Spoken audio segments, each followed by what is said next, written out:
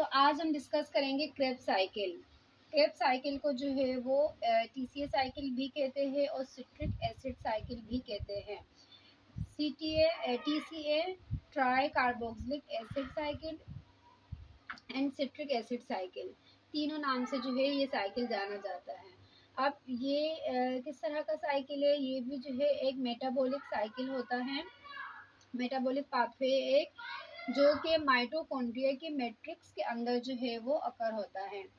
कहाँ पर होता है ये? माइटोकॉन्ड्रिया के मैट्रिक्स में जो है ये साइकिल चल रहा होता है और ये सेलुलर रेस्पिरेशन का दूसरा स्टेप होता है।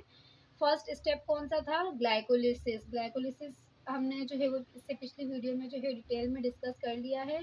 सो फर्स्ट स्टेप जो है वो सेलुलर रेस्पिरेशन का ग्लाइकोलिसिस है। सेकेंड स्टेप जो है वो क्रेब्स साइकिल है। देन थर्ड स्टेप जो है वो इलेक्ट्रॉन ट्रांसपोर्ट चेन, जो कि इंशाल्लाह हम इससे फर्दर वाली वीडियोस में डिस्कस करेंगे। अच्छा, अब ग्लाइकोलिसिस में हमने एक चीज़ पढ़ी थी, वहाँ जो है वो एक ग्लूकोज से दो पायरोवेट के मॉलिक्यूल्स जो है वो बन रहे थे, सही है। और पायरोवेट अगर एरोबिक कंडीशन में बन रहा था तो वो पायरोवेट जो है वो माइटोकॉन्ड्रिया में इंटर हो जाएगा और माइटोकॉन्ड्रिया में जो है वो एसिटाइल को ए में कन्वर्ट हो गया था, सही है।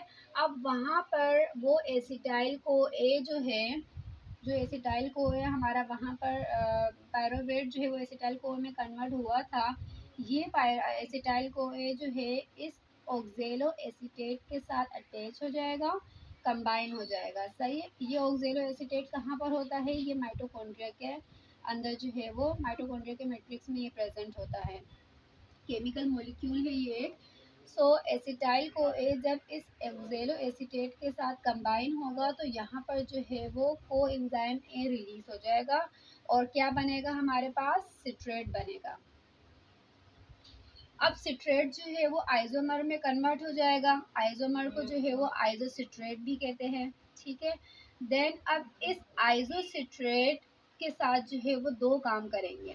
सबसे पहले तो इसमें जो है वो डी कार्बोक्सिलेशन होगी, इसकी हम आइसोसिट्रेट की जो है वो हम डी कार्बोक्सिलेशन करेंगे, मतलब कार्बन डाइऑक्साइड को जो है वो रिमूव कर देंगे। उसके बाद जो है वो हम इस आइसोसिट्रेट को ऑक्सीडाइज भी करेंगे, इसकी ऑक्सीडेशन भी करेंगे। ऑक्सीडेशन का क्या मतलब है कि एक मॉलिक्यूल ऑफ हाइड्रोजन को हम यहाँ से रिमूव करेंगे। सो जो एक हाइड्रोजन हम रिमूव करेंगे उस हाइड्रोजन को ये NaDH कैच करेगा। देन ये NaDH जो है वो कन्वर्ट हो जाएगा NAD जो है वो इस हाइड्रोजन को कैच करेगा। देन ये NAD कन्वर्ट हो जाएगा NADH में और एक रिजल्टिंग कंपाउंड बन जाएगा कौन सा? अल्फा कीटो ग्लूटारेट, सही है। अल्फा कीटो ग्लूटारेट जो है वो इसके रिजल्ट में जो है ये बनेगा। अब इस अल्फा कीटो ग्लूटारेट के साथ जो है वो हम तीन जो है वो काम करेंगे। सबसे पहला तो वही डी कार्बोक्सिलेशन करेंगे, कार्बन डाइऑक्साइड को रिमूव करेंगे। देन दूसरा जो है वो हम इसकी ऑक्सीडेशन करेंगे, वन हाइड्रोजन को रिमूव करेंगे, फिर उस हाइड्रोजन को जो है वो NAD कैच करेगा। देन ये NAD जो है वो कन्वर्ट हो जाएगा NADH में। उसके बाद जो है तीसरा काम हम क्या करेंगे, यहाँ पर को एंजाइम ए को भी यहाँ पर ऐड कर देंगे और इन सब के नतीजे में जो है वो एक न्यू कंपाउंड बनेगा जिसका नाम है ससिनाइल को एंजाइम ए। देन अब ये जो ससिनाइल को एंजाइम ए हमारे पास बना है, इसके साथ भी हम दो काम करेंगे। सबसे पहला क्या, हम इसमें से जो है वो को एंजाइम ए को रिमूव करेंगे और इसके साथ जो है वो दूसरा काम ये करेंगे कि substrate level carboxylation, substrate level जो है वो डीफॉस्फोराइलेशन करेंगे इसमें, मतलब फॉस्फेट को जो है वो रिमूव करेंगे। अब वो जो एक फॉस्फेट रिमूव होगा उस फॉस्फेट को जो है वो GDP कैच करेगा। GDP क्या है? Guanine diphosphate. उस फॉस्फेट को GDP जो है वो कैच करेगा। देन ये GDP कन्वर्ट हो जाएगा किसमें? GTP में, ग्वानिन ट्राइफॉस्फेट। उसके बाद ये जो GTP है अपना फॉस्फेट किसको दे देगा? ADP में, एडिनोसिन डाइफॉस्फेट। देन फिर ये एडिनोसिन जो है वो कन्वर्ट हो जाएगा किसमें, एटीपी में कन्वर्ट हो जाएगा। और इन सब के नतीजे में क्या बनेगा, एक नया मॉलिक्यूल बनेगा जिसे कहते हैं ससिनेट।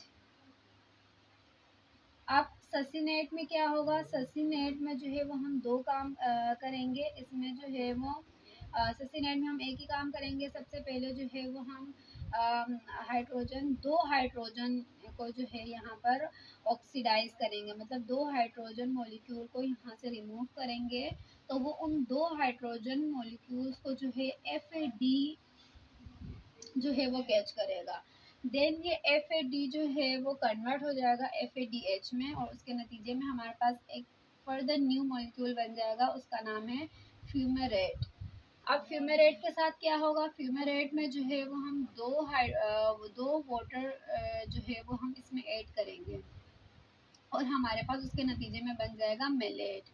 देन फिर मेलेट में जो है वो हम मेलेट को हम ऑक्सीडाइज करेंगे, उसकी ऑक्सीडेशन करेंगे, मतलब वन हाइड्रोजन मॉलिक्यूल को जो है वो इससे रिमूव करेंगे। देन फिर उस वन मॉलिक्यूल ऑफ हाइड्रोजन को जो है NAD कैच करेगा, और ये NAD जो है वो फिर कन्वर्ट हो जाएगा NADH में, और फिर उसके नतीजे में दोबारा से हमारे पास क्या बन जाएगा, ऑक्जेलो एसीटेट। अब आप यहाँ पर एक चीज़ नोट करें कि जहाँ से हमने स्टार्ट किया था साइकिल, वहीं पर जाके एंड हो गया। सही है। यहाँ पर हमारे पास क्या क्या चीज़ें बन रही है वो हम देख लेते हैं, क्या क्या एंड रिजल्ट एंड प्रोडक्ट इस साइकिल से हमें मिला है। एक जो है हमारे पास ATP बनी है, एक ही ATP यहाँ पर बनी है। सही है, एक ही वहाँ मैंने मेंशन किया हुआ है। एक हमारे पास ATP बनी है, 3 हमारे पास NADH बने थे, एक NADH यहाँ बना था, एक NADH यहाँ बना था, और एक NADH यहाँ बना था। तो टोटल मिला के 3 NADH बने, और देन एक हमारे पास FADH बना है। FADH हमारे पास यहाँ पर बना था जब हमने 2 हाइड्रोजन की ऑक्सीडेशन की थी। देन हमारे पास 2 कार्बन डाइऑक्साइड जो है वो रिलीज हुए थे।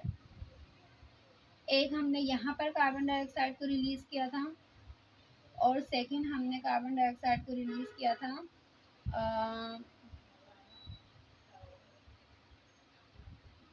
एक यहाँ पर और एक यहाँ पर हमने रिलीज किया था। सो टोटल हमारे पास 1 ATP, 3 NADH and 1 FADH, 2 carbon dioxide. यहाँ पर अभी हम एक चीज़ और डिस्कस करते हैं। हमने ग्लाइकोलिसिस वाले साइकिल में जाते हैं, वहाँ हमारे पास एंड प्रोडक्ट में क्या बन रहा था, 2 पायरोवेट बन रहे थे। सही है। तो वो 2 पायरोवेट जब एसिटाइल कोए में कन्वर्ट होंगे तो 2 एसिटाइल को ए बनाएंगे। अब 2 एसिटाइल को ए जब बने हैं तो मतलब 2 एसिटाइल को ए है, तो मतलब ये साइकिल जो है वो 2 दफ़ा हो रही होगी सेल के अंदर। सही है। तो एक दफ़ा में हमारे पास इतने बने, अब इसी को 2 में मल्टीप्लाई करेंगे तो हमारे पास